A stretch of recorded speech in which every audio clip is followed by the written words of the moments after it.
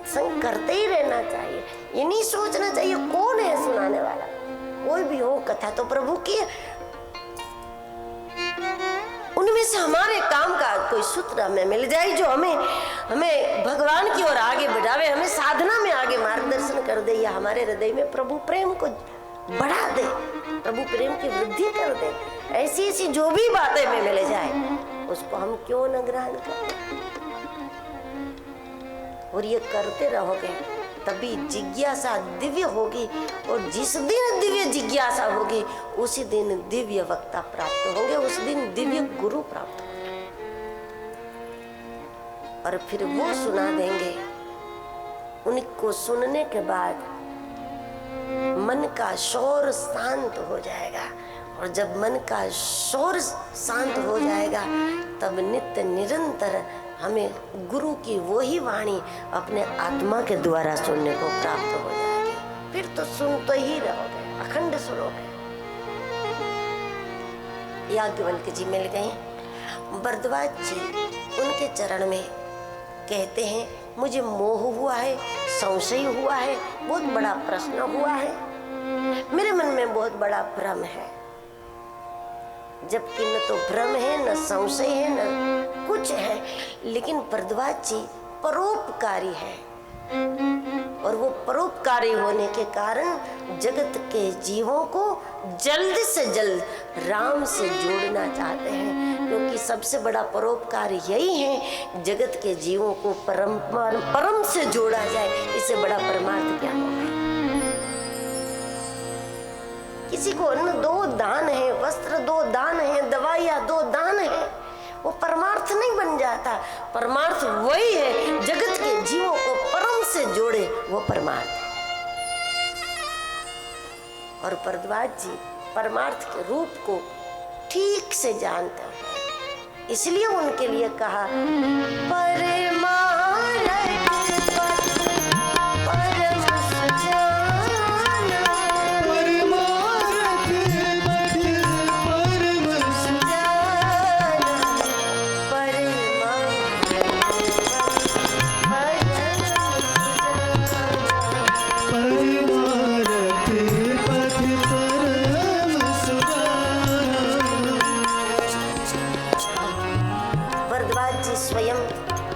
राम तत्व को जिस रूप में जानते हैं,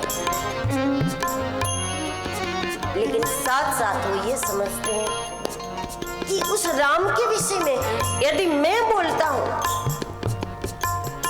मैं अपनी भूमिका से बोलूंगा, और अपनी भूमिका से कोई बोलता है तो जगत के जीवों को परमात्मा से वो नहीं जोड़ सकता।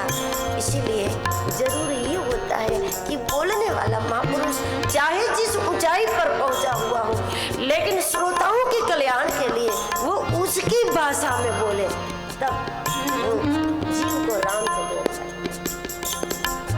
इसलिए तो तुलसीदास जी को भगवान शिव की आज्ञा थी कि आप संस्कृत में न लिखो, अवधी भाषा में मानस की रचना करो, आप बात ऊंची करो, लेकिन भाषा नीचे वाले की अपनाओ, तभी नीचे के जीव ऊपर के साथ जुड़े।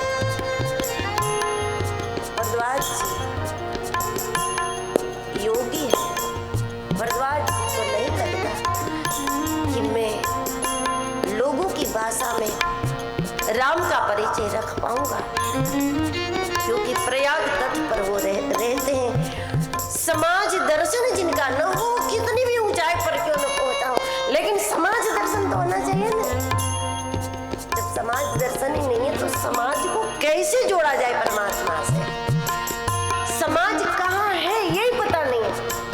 जब कोई कहता है कि हमें आपका घर नहीं मिलता, तो आप पहले तो ये पूछोगे कि आप हो कहाँ,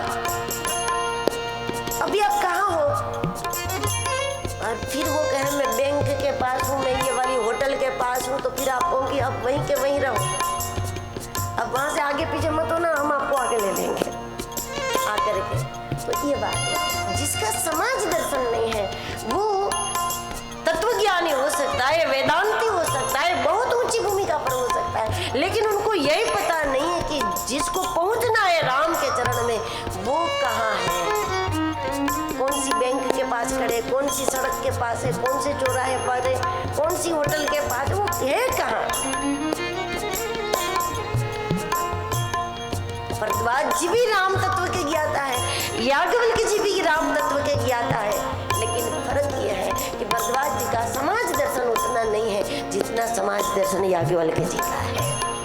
और समाज को समझने वाला समाज का उपदेश करे तो जहाँ है वहीं से उसको आगे ले तब वाणी बड़ी सहायक बन जाती है।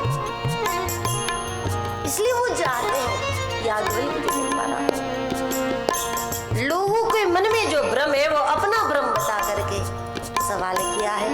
राम कवन में पूछो तो ही, और एक तो सवाल भी है कि राम कौन है, और साथ साथ भरद्वाज जी पूरी राम कथा भी बोल देते हैं संक्षिप्त में।